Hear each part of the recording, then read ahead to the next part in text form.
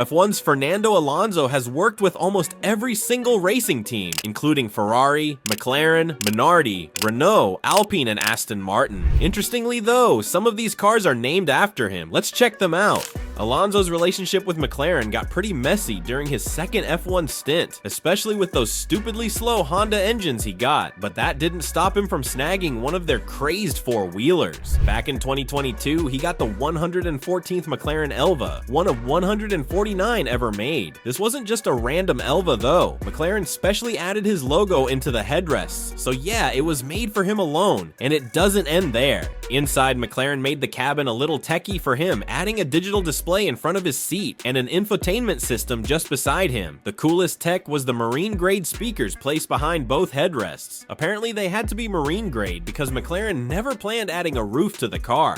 The body of the Elva is made entirely of carbon fiber, including the chassis, doors, and even the seats. Never seen so much carbon fiber used on a car. The most crazed feature here is that there's no windscreen at all, so yep, there are bugs hitting your face. To avoid this, McLaren devised an air bubble tech to make the wind go over the passengers. Good luck trying to explain that physics to your hair though.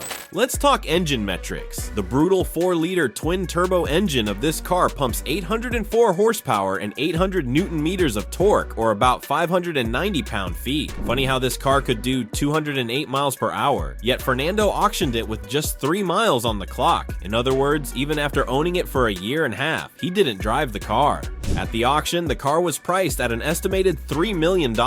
Considering it had just 3 miles on the odometer, the car could be considered brand new, and Alonso even promised to personally hand over the keys to the winning bidder at the Abu Dhabi Grand Prix weekend. Talk about getting your car delivered by a 2-time world champion. We're not gonna bore you, so please give us a like and hit the subscribe button. Also share and comment on the celebrity's garage you want us to do next. Back in 2010, Maserati came out open that Fernando Alonso had bought one of their new Gran Cabrios, and honestly, who could blame him?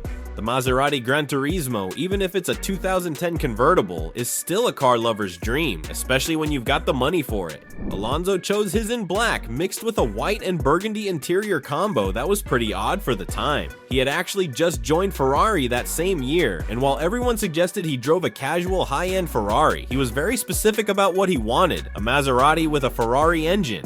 The engine was actually really classy. It was a Ferrari-built 4.7-liter V8 rated with 434 horsepower and 361 pound-feet of torque, pushing a top speed of 177 miles an hour and doing a 0 to 60 number of 5.2 seconds. You can almost see Alonso cruising through Monaco or the Italian countryside in this bad boy. So how did this Maserati serve Alonso? Inside there's a 7-inch touchscreen for infotainment, though back in 2010 this tech was a real edge cutter. The infotainment system also includes navigation, a CD player which Alonso's wasn't exactly a fan of, and Bluetooth connectivity for calls. Remember, this was when Bluetooth in cars was still real new. His black paint job was just perfect for someone who already got plenty of eyes on track, and the signature Maserati grille and Trident badge just blew the trumpet of his arrival wherever he went. The 2010 Maserati Gran Turismo sold for $135,000 when it first came out, and for someone like Alonso who earns millions per season racing Ferraris, owning a Ferrari-powered Maserati was probably the perfect way to stay connected with Ferrari while also looking hot.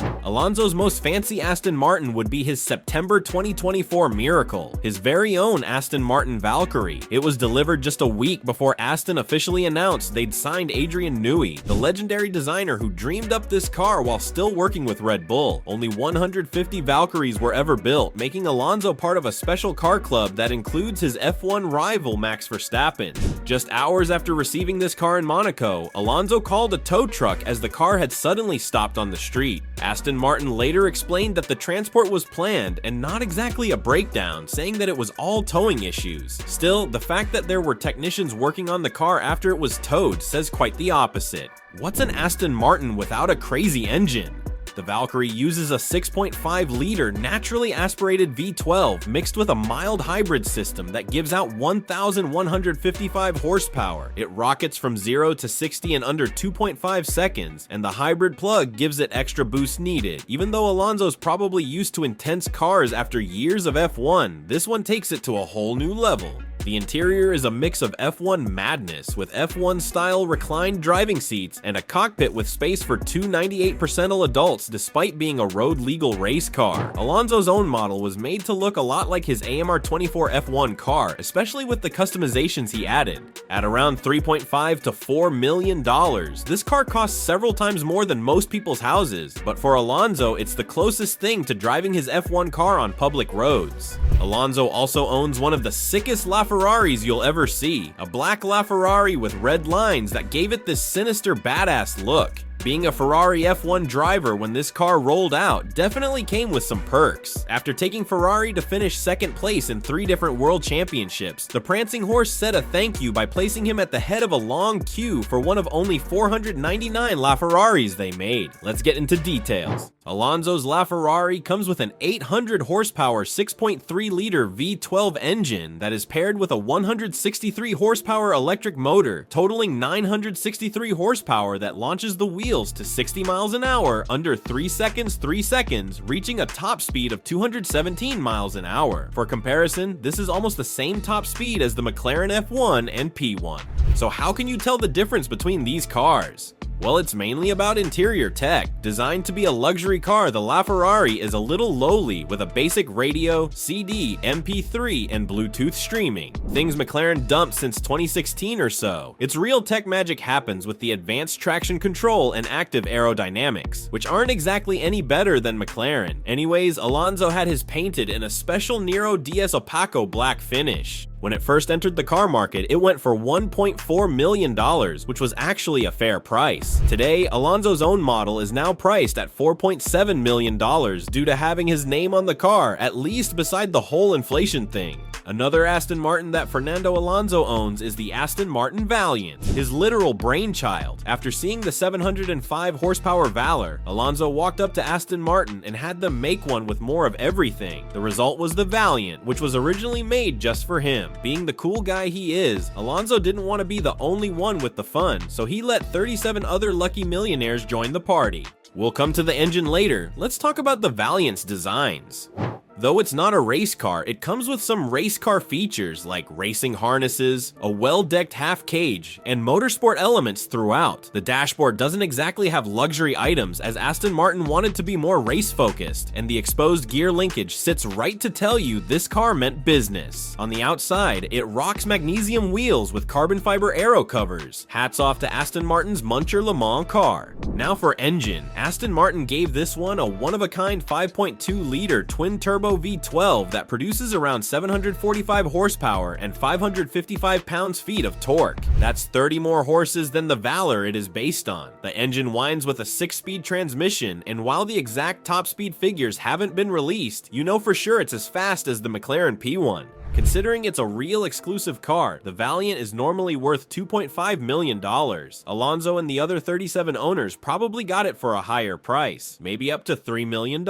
Number 6 on our list, Alonso's McLaren 722, the Mercedes McLaren Meetup. Back in 2007, Alonso was the hottest property in Formula 1 right after winning back-to-back world championships with Renault. When McLaren came knocking, they sweetened the deal with something a little off the books. After paperwork and workshop talks with Mercedes and McLaren, they threw him the keys to their most extreme mix-up car, the Mercedes SLR McLaren 722, one of only 150 cars in production. Under that hood sits a 5.5-liter supercharged V8 engine that pumps out 650 horsepower, cranking up from the standard SLR's 617 horsepower. The numbers were absolutely crazy, 0 to 62 in just 3.6 seconds and a top speed clinching 209 miles per hour. The interior was where Mercedes really showed off their tech savage. The car uses 2-zone automatic climate control, a premium Bose sound system, and a navigation system with radio and CD player. But the coolest feature had to be the fighter jet style start button hidden under a cover on top of the gearshift lever.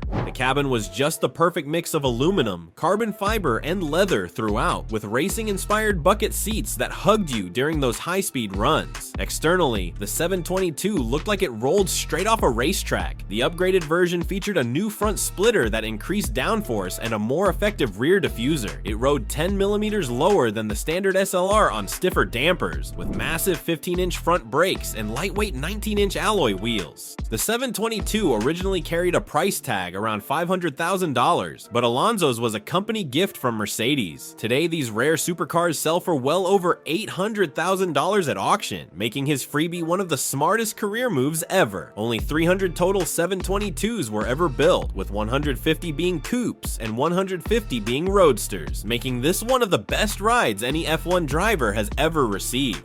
And finally, Alonso's Ferrari Enzo. Actually, he owned the Ultimate One, known as Skaka No. 1 for Shell No. 1, his 2002. Enzo was literally the first production body ever completed. What makes it even cooler was that only 3,000 miles were ever put on this car, making it practically brand new after decades. Under the hood sits a 6-liter naturally aspirated V12 engine, cranks out 651 horsepower and 485 pounds-feet of torque. It rockets to 60 in just 3.65 seconds and tops out at 217 miles per hour. The engine technology came straight from Ferrari's F1 program, using a Formula 1 style automated shift transmission. Everything from the dashboard to the center console and seats is made with carbon fiber, giving it that futuristic modern feel. The steering wheel is packed with so much tech it needs its own manual, while Enzo Ferrari's signature sits on a plaque mounted on the center console. Carbon fiber reinforced silicon carbide ceramic composite disc brakes provide stopping power that matches the acceleration. Ferrari even included fitted luggage for this ultimate road trip machine. Externally, this Enzo is just pure art. The entire body uses Formula 1 technology with carbon fiber and aluminum honeycomb sandwich panels, making it exceptionally light for such a powerful supercar. The aggressive aerodynamic design channels air perfectly around the car, while those signature scissor doors make every entrance feel like a Hollywood movie scene.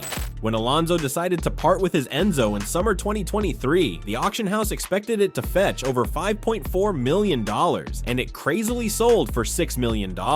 With Ferrari Classiche Red Book certification proving its authenticity, this was transferring a piece of motorsport history. Only 400 Enzos were ever built, making Alonso's #1 body the holy grail of Ferrari. Fernando Alonso has had not one, but 2 cars named after him, though we're pretty sure he only actually wanted one of them. First up was the Ferrari 599 GTB Alonso Edition back in 2012. Only 40 of these beauties were made, decked out in Ferrari's red and white colors to celebrate 60 years of Ferrari F1 wins and Alonso's time on the track for the team. It came with all the fancy handling upgrades too. We're betting good money that Alonso snagged one for his own garage. I mean, wouldn't you? Then things got a bit awkward. In 2022, Alpine decided to honor Alonso with their own special edition A110R. Sounds nice, right? Well, here's the thing. They announced this tribute car just 2 months after Alonso had already told them thanks, but no thanks, and jumped ship to Aston Martin.